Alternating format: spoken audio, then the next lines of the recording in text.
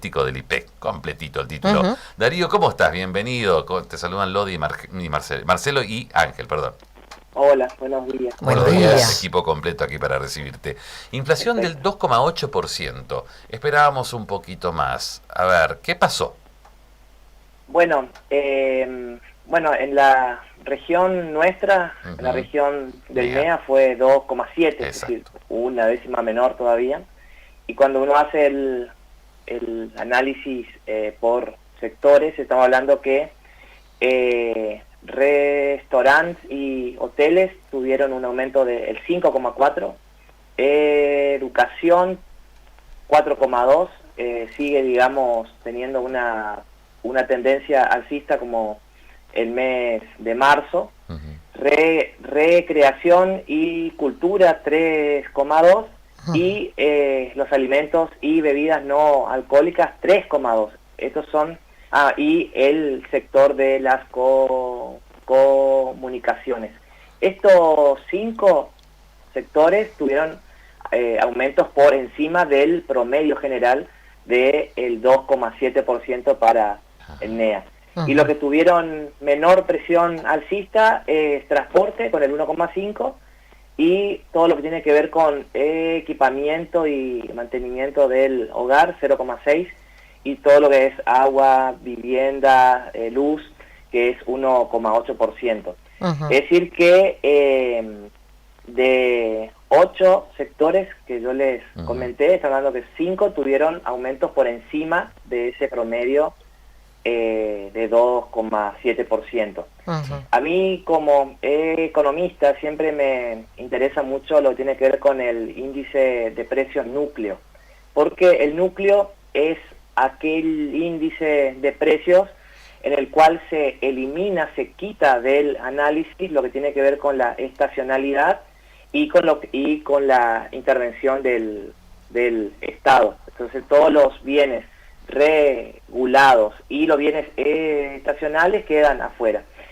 En el IPC núcleo, nuestra región, estamos hablando que tuvo un aumento mensual del 3%. Ujú. Eso, digamos que todavía la inflación está costando, es bastante duro todavía poder bajarla a lo que había prometido Milei, que era ya para abril y mayo, tenía que converger, no sé si se acuerdan, a la tasa del Ujú. crawling peg, que él decía que era del 1%. Y Sí. que una vez que lleguemos a converger a una inflación del 1%, se podía eh, hacer la liberalización del cepo. En Ujú. este caso ya se hizo, justamente cumplimos un mes de una liberalización parcial, digamos, del cepo, pero todavía estamos lejos de esa meta que se había dicho de una tasa de inflación del Sí. 1%. Ujú. Sí, hay que decir también que en las últimas medidas que tomó el gobierno, digamos, nacional, de mayor apertura comercial con la rebaja de impuestos y de los aranceles, estamos hablando que eso también, digamos, genera que haya menos margen para que los empresarios locales puedan incrementar los precios, sumado también a esta política monetaria dura y rígida, Ujú. en el cual no se emite más como se solía hacer antes para asistir al tesoro. Ujú. Entonces, digamos, hay ciertas medidas que me preocupan porque ya tendríamos que tener tasas mensuales al menos del 1,5, menores al 2, ¿sí? Y todavía tenemos más cercano al 3, digamos. Más digo por todas las políticas que se vienen haciendo, como yo ya les comenté, como también con las políticas de intervención en el mercado de cambios. Porque Ujú. más allá que ahora tenemos un nuevo régimen de flotación, todos los meses se hacen operaciones en el mercado de cambios en el cual se interviene particularmente sobre los bonos para que el dólar, digamos, se mantenga más cercano al piso que al techo. Uh-huh. Darío, ¿y esta desaceleración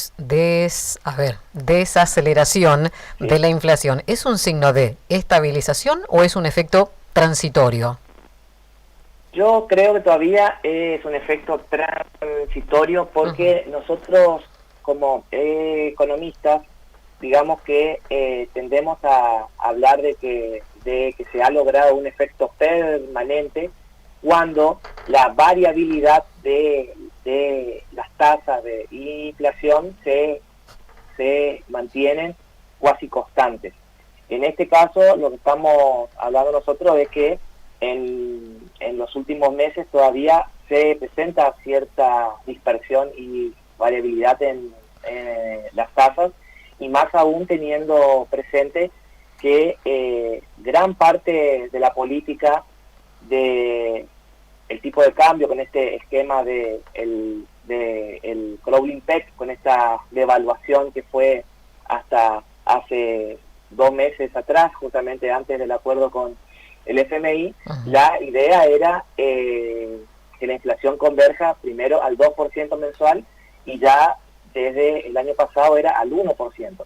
Y todavía estamos lejos de esa meta que sería el éxito. Entonces, ¿estamos en un proceso de desinflación? Sí. Ahora, ¿es permanente o es solamente transitoriamente? Yo diría que todavía no tengo los indicios para hablar de que es una estabilización permanente. Todavía estamos en un proceso que dependerá también mucho del grado de confianza de nosotros mismos para, por ejemplo, volcar los dólares que también pide el gobierno, porque sabemos que la monetización, que es decir, la cantidad de dinero que circula, está cuasi rígida desde hace mucho tiempo, que es una de esta política,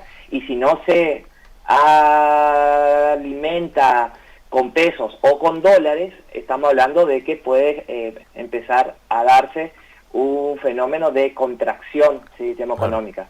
Entonces ahí podríamos entrar en uno de los peores escenarios, que es la estanflación o la depreflación.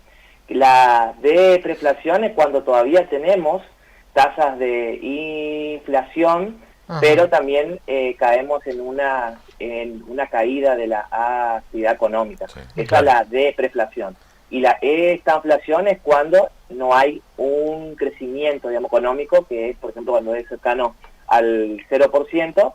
Entonces, estamos en ese, digamos, en ese sendero, en ese camino, que depende muchísimo de las expectativas que nosotros como consumidores volquemos a estas políticas económicas para que comencemos a volcar todos nuestros ahorros en el consumo. Y ni hablar también de las inversiones extranjeras directas, que también es otro de los motores que tiene este modelo. Claro. Darío, respecto al tema, vos hablabas del análisis, muchos analistas han hablado de esta cuestión, ¿no? ¿Qué va a pasar con la inflación en la próxima medición? Muchos hablan de que no va a bajar, se va a mantener digamos, en este orden, en este porcentaje. ¿Qué puede pasar si esto ocurre? Bueno, justamente, digamos, en la teoría económica sabemos que bajar tasas de 2 dígitos es mucho más fácil que ya luego bajar, ir digamos, bajando a tasas menores de 1 dígito. Todavía, digamos, nosotros, aunque hablar de una tasa de inflación del 2,7%, parecería baja frente a otros meses que hemos tenido en años anteriores, hay una persistencia muy, digamos, fuerte, por el cual yo también creo que estas intervenciones que está haciendo el Estado, como por ejemplo ponerle un techo a las negociaciones entre los sindicatos y las cámaras, a las paritarias, Sí. También viene a decir también, bueno, para poder lograr acelerar esta baja de negociación, tenemos que llegar a ciertos acuerdos. Yo creo que si no, digamos, la política y el objetivo de digamos, política económica es la tasa de inflación cercana a cero, ¿sí? Uh-huh. Es más, el mismo Milei habló de que, y también había hablado sobre ciertos libros que él recomendaba, sobre que la deflación era algo bueno, ¿sí? Justamente hablaba de un autor austriaco que decía en defensa de la deflación.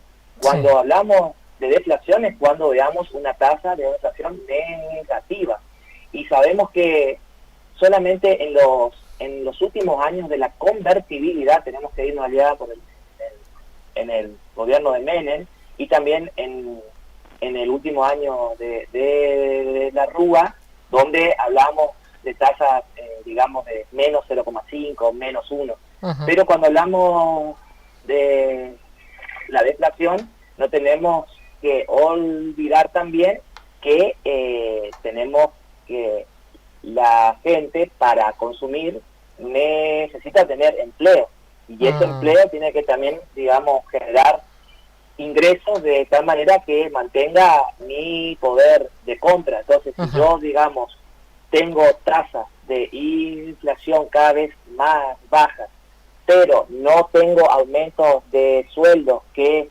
vengan a compensar, al menos, porque estamos hablando de que hay acuerdos de salarios que son del 1%, del 1,5%, y ahora, por ejemplo, si uno ve desde diciembre del año pasado hasta abril, en el país tuvimos una tasa de inflación del 11,6%. Claro, Darío, es decir, ya en lo acumulado del año tenemos un 11,6%.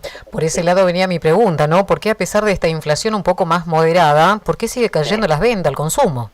Pero ahí ya me explicabas, ¿no? Tiene que ver con los sueldos, con los ingresos. Entonces, claro, por eso es que por eso también es bastante riesgoso cuando uno solamente enfoca toda una política, digamos, económica solamente a bajar la tasa de inflación, porque también uno tiene que tener en cuenta que la inflación no solamente fue motivo por el déficit fiscal, es decir, sí, fue uno de los grandes motivos, sí, porque el Banco Central tenía que prestar dinero al gobierno nacional para poder cubrirse de déficit, pero también se debía particularmente a un estancamiento en la producción de bienes y servicios que nosotros tenemos desde el año 2011, que la torta, digamos, todo lo que se produce, es decir, en Argentina está casi constante, es decir, habían años que subía y había años que bajaba. Entonces, si vos tenés una cantidad de dinero que circula en el país y vos tenés cada vez menos bienes, más allá que vos atiendas el problema de el déficit fiscal, vos tenés justamente más dinero para pocos bienes, entonces eso genera un aumento en los precios. Entonces mi gran temor que tengo es que no se atienda a la otra causa, que es generar mayor oferta de bienes locales, porque lo que estamos haciendo ahora con una política de apertura, ¿sí?, de importaciones, estamos haciendo que haya mayor oferta internacional de bienes, pero nosotros tenemos que tener mayor oferta local, porque para poder cubrir esas importaciones que haga la gente y las empresas, también nosotros tenemos que venderle al mundo para poder generar esas divisas. Y lo que hemos visto que para poder cubrir los dólares, hasta ahora se tuvo que volver al acuerdo con el FMI, al endeudamiento, y no a la generación genuina de dólares. Entonces, por un lado, está bien que se ataque el déficit fiscal, sí, está bien. Ahora, faltan políticas que incentiven a la producción local de bienes, porque mientras más bienes uno produzca en el país, eso también va a hacer que la tasa de inflación caiga. ¿Sí? Por eso yo no es que coincido solamente que la inflación es un fenómeno monetario, porque también involucra a la producción de bienes y servicios. Porque yo tengo cada vez menos bienes locales, aunque yo tenga una masa de dinero constante, tengo cada vez menos bienes locales, por ende la tasa de inflación no va a continuar bajando. Puede llegar a permanecer en este 2-3% frente a acuerdos de salarios del 1%, lo único que va a generar es una mayor tendencia a que la gente no consuma y que vaya generando una contracción en el consumo y por ende en la inversión de la empresa, porque si yo como empresa no tengo muchas ventas, ¿para qué voy a invertir? Entonces genera toda una cadena bastante complicada, así que yo lo que veo es esa